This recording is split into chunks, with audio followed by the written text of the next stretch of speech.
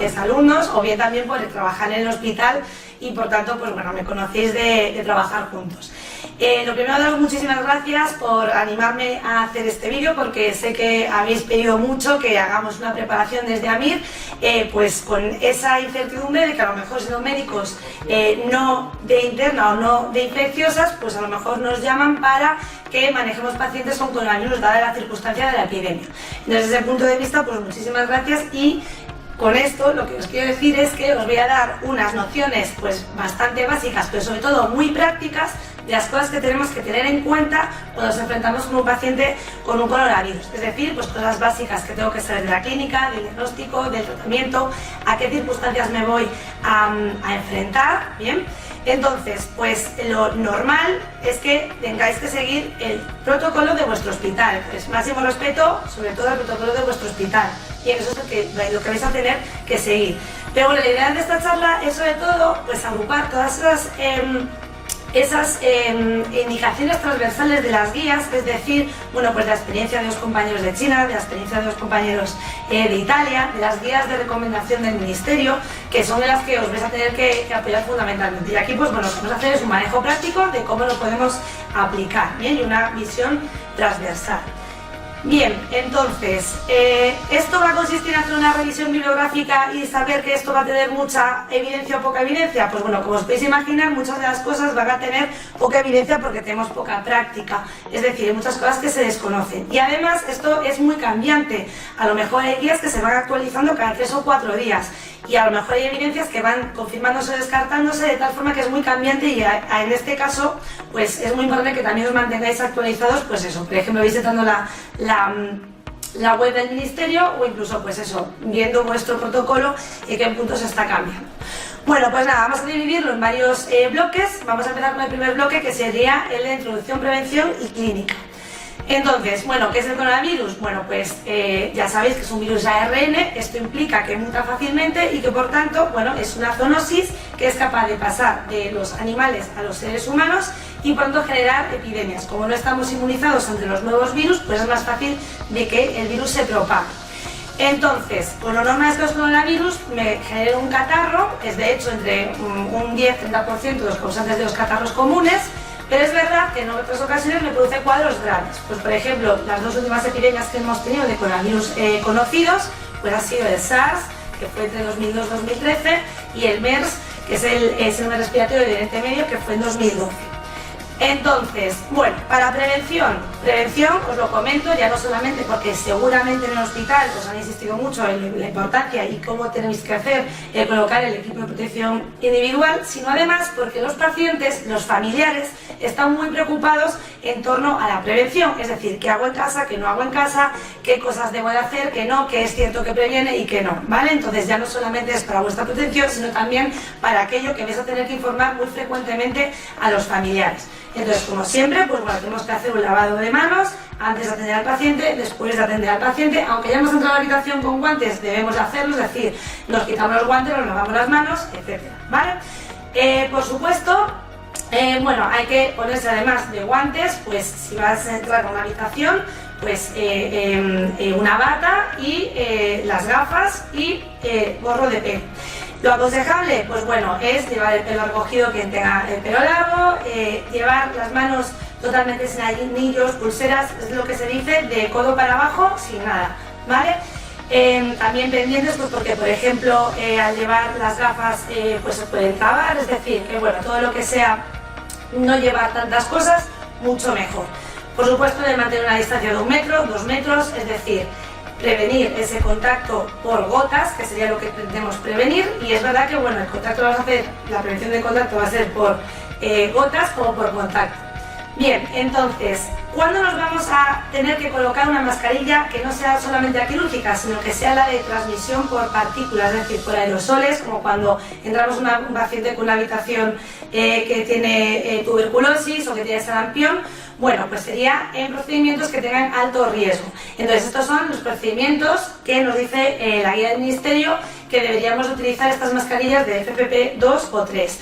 y sería pues donde estarían en general aerosoles. Es verdad que no está 100% comprobado, ¿vale? Pero es verdad que todo lo que sea prevención, pues mucho mejor. Es decir, no está del todo claro ni hay evidencia de que haya transmisión por esta vía, por aerosolización, pero ante la duda, pues lo tenemos que prevenir. Así que todo lo que sea, pues una intubación orotraqueal, una traqueostomía, una broncoscopia, la ventilación, gafas nasales de alto flujo, pues deberíamos de colocarnos una mascarilla más allá de la mascarilla quirúrgica. Muy bien, entonces, ¿qué cosas le tenemos que comentar a los pacientes que nos van a preguntar sobre el aislamiento en casa? Seguro que también os lo sabéis, pero insisto, nos lo van a preguntar mucho. Lo normal es que el paciente que vaya a tener que estar aislado, ya sea un paciente que ha tenido la infección, bueno, pues lo que vas a hacer es que el paciente esté en una cama, en una habitación individual en casa, si puede ser posible que tenga su propio baño, pues también, que tenga la puerta cerrada y que tenga ventilación a través de la ventana.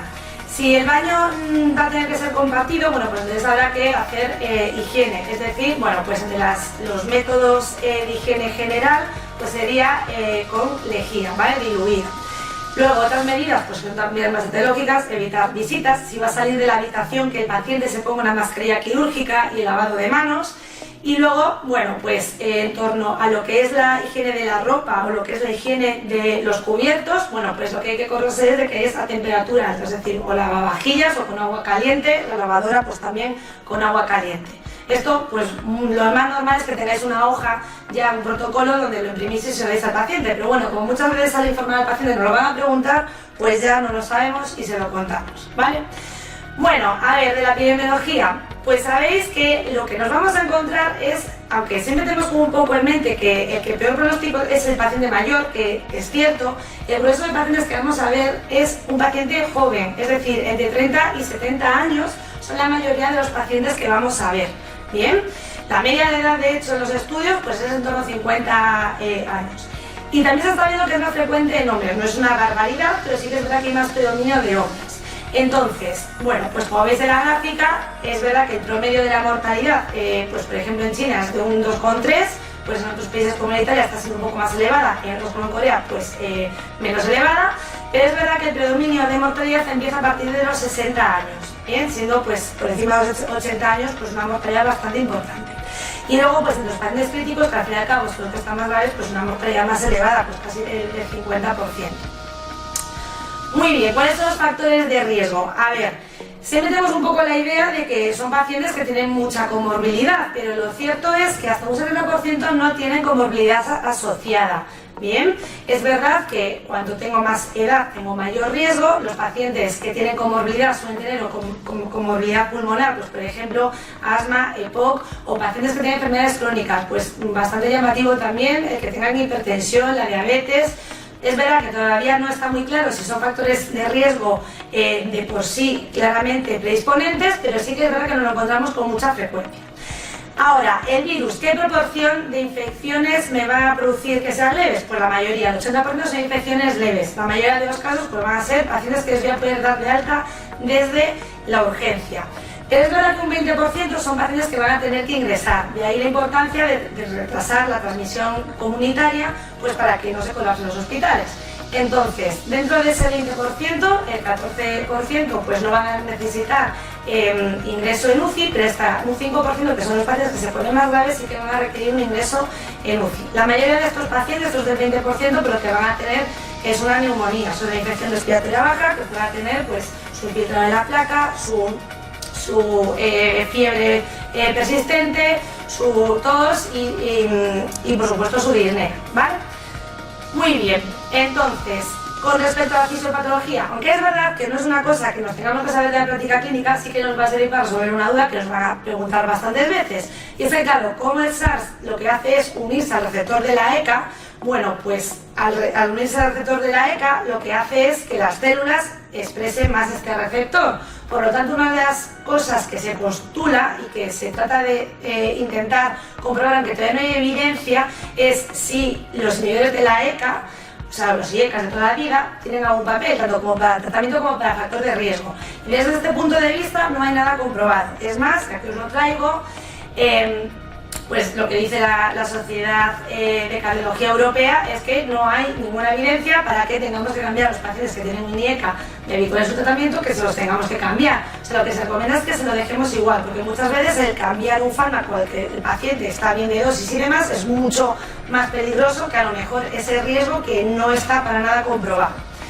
Y luego, pues aquí también la Agencia Española de Medicamentos, pues también nos dicen pues esto mismo, ¿no? Que no hay ninguna evidencia y que no hay que quitar los IECAs. Bien, bueno, pues con respecto a la clínica, bueno, tenemos que tener en cuenta el periodo de incubación, la media es verdad que son 4 o 5 días, pues la mayoría de los pacientes entre los 2 y 7 días tras el contacto es cuando empezarían a desarrollar clínica y pues hasta 14 días. ¿Hay casos descritos de más días? Por supuesto, pero bueno, estamos hablando de medias y pruebas generales, que es lo que nos tenemos que saber. ¿Qué es el síntoma más frecuente? Bueno, pues los pacientes que han requerido hospitalización, pues hasta un 88% fiebre. Pero es verdad que si ya hablamos también de casos leves, pues a lo mejor la predominancia de la fiebre pues es de un 50-60%. Luego, de los demás síntomas fuera de la fiebre, más frecuente claramente es la tos. Suele ser no productiva, pero también puede contar tos productiva. La disnea también es frecuente y también nos va a diferenciar un poco entre los pacientes que van a requerir hospitalización o por lo menos que les tenga que hacer una radiografía, es decir, pacientes que tienen un poco más de riesgo de tener una enfermedad grave. Me va a contar mialgias, pues como también una gripe, me puede contar cefalea o mismamente clínica gastrointestinal, como también puede pasar una gripe. Una cosa curiosa es que hay pacientes que nos cuentan pues muy poca sintomatología, pero entre ellas a lo mejor la anosmia o la disquiusia y a lo mejor un poquito de febrícula o un poquito de cefalea. O sea que, bueno, esto no es muy frecuente, pero es verdad que no nos llame la atención como decir, no, solamente me consultan por esto, no, pues también puede ser. Y lo más importante de la exploración física es la presencia de crepitantes. Sabéis que lo que produce es la afectación pulmonar de tal forma que, como consecuencia de esa inflamación, pues puede producir fibrosis. Entonces, hay a veces que en la radiografía no vemos tan claramente los infiltrados, pero en la exploración física sí que vemos, o sí que oímos los crepitantes. De tal forma que es súper importante escucharles bien a los pacientes porque, cuidado, que hay mucha disociación entre la exploración y la radiografía. Y escuchar crepitantes, aunque el paciente tenga una radiografía normal, sí que nos está dando datos de que el paciente tiene afectación pulmonar y por tanto, pues a lo mejor sí que ya tendría criterio para considerar el ingreso. Bien, bueno, pues ¿a qué pacientes vamos a considerar que son los pacientes que tienen criterios leves y que por tanto podríamos dar de alta con bastante tranquilidad? Los pacientes que no hacen grandes fiebres, es decir, bueno, pues que no llegan a tener 38 grados o que si tienen fiebre, pues que se autolimita.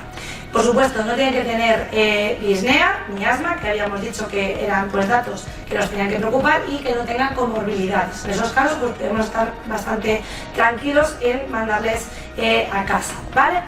¿Cuánto tiempo tarda en aparecer aquellos síntomas que nos van a preocupar? Bueno, pues después de la primera infección, pues podemos tener ese cuadro leve, pero si voy a tener sintomatología grave no me aparece de repente ni me aparece en los primeros días, suele aparecer a partir del 5º o 10º día.